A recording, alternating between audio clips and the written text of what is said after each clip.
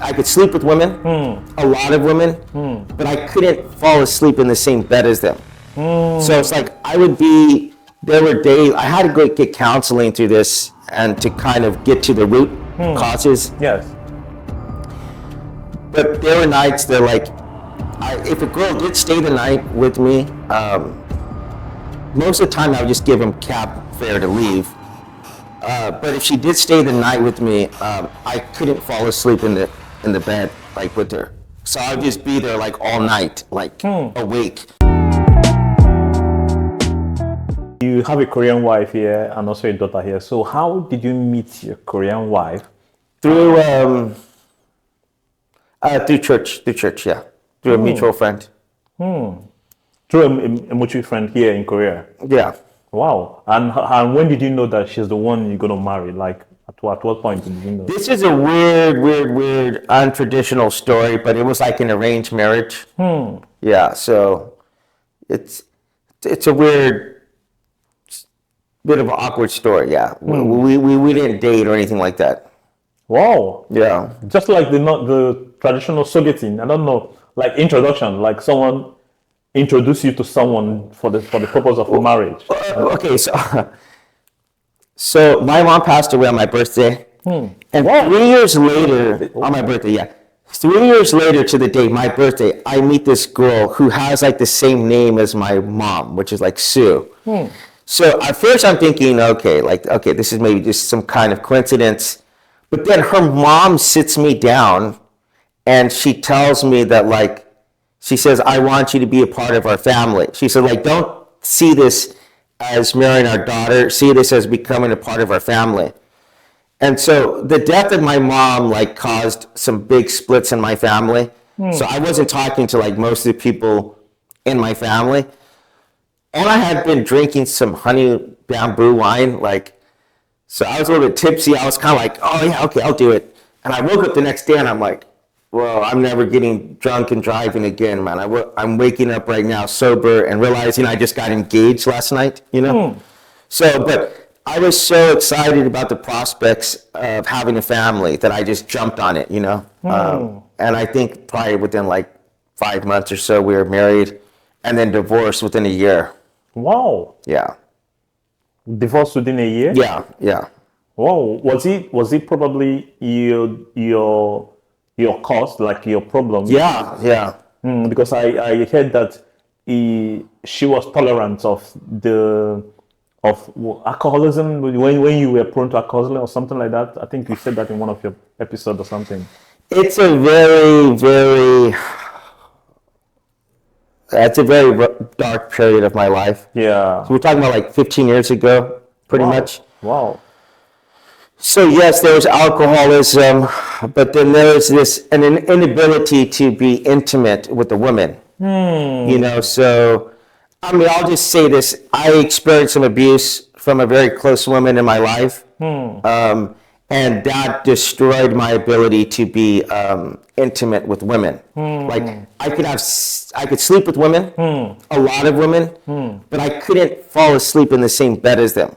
So it's like there were days I had to go get counseling through this and to kind of get to the root causes. Yes.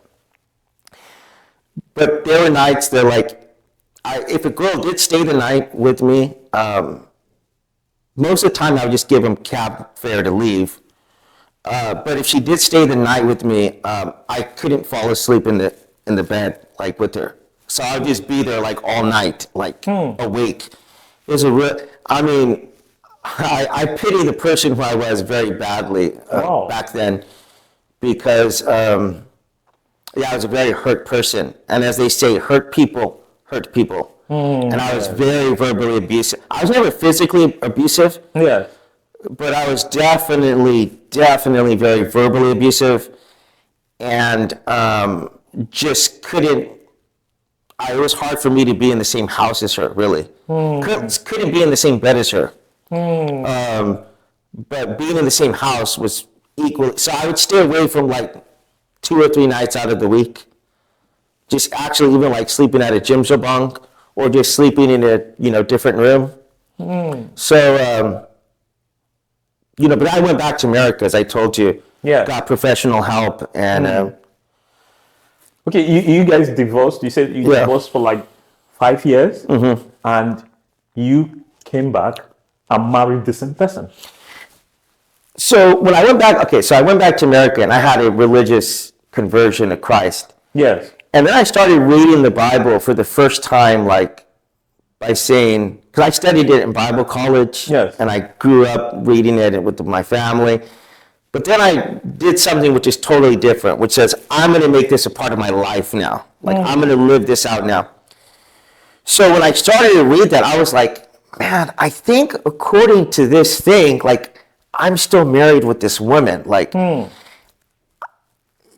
can't even restart another marriage because it'll be illegitimate. And so I thought at the time, like, it would be so much easier to just start brand new with a clean slate, a brand new piece of paper. That would have been the easiest thing in the world to do.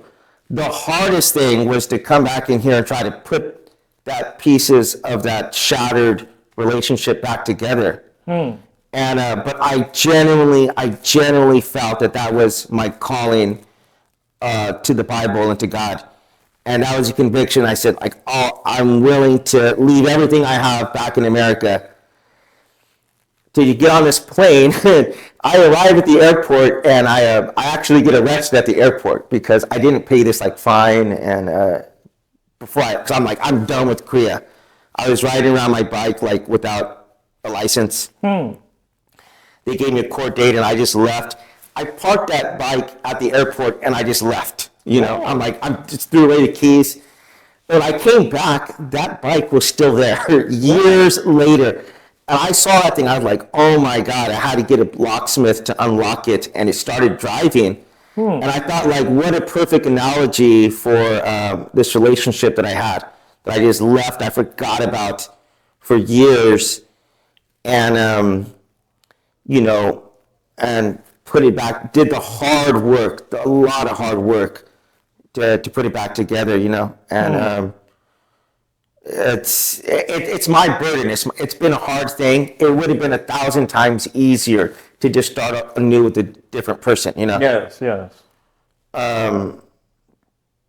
Because there's a lot of the history and stuff that the way that I was that she still uses against me sometimes. Not as much anymore because she sees that I'm changed, you know. Yes, but yes. especially at the beginning, there's like, oh, you're just the same person, you know. Yeah. Wow. That's a very bold step for you to reconnecting. Yeah. To try to establish, to marry the same person, because just like you said, most people would like to start, okay, let me start on a very clean slate, let me start everything new. But I think I give it up to her as well for she to be more accepting. You understand? Because I believe that most people that I've seen, even ordinary breakup, girlfriend, boyfriend breakup, they don't want anything to do with you again. Agree. Yeah. So for her to have that kind of open mind and, you know, Christ-like, to really accept you back, and I think I will give the kudos to her, like the courage that she had. And my daughter, when I got back to South, because I'm like, I do not know if this is the right thing I should be doing. I have like $1,000 here. I'm going to take this jump into to darkness. Like, I don't know what I'm coming back to right now. Yes. Because whenever I left South Korea, it was like the worst experience of my life. Yeah. The worst. And, but then I came back and my daughter got pregnant. My wife got pregnant with my daughter the very night I got back. And she was given birth in the Pyeongchang Winter Olympics. Wow. So when I went there and I saw all of these flags and people working together, I cried like a baby, man. And I said, oh, I'm so grateful my daughter's being born at this time with all these countries coming together. Because this is what I want to work towards my life, bringing people together. Wow. Like this. So I was very grateful for that.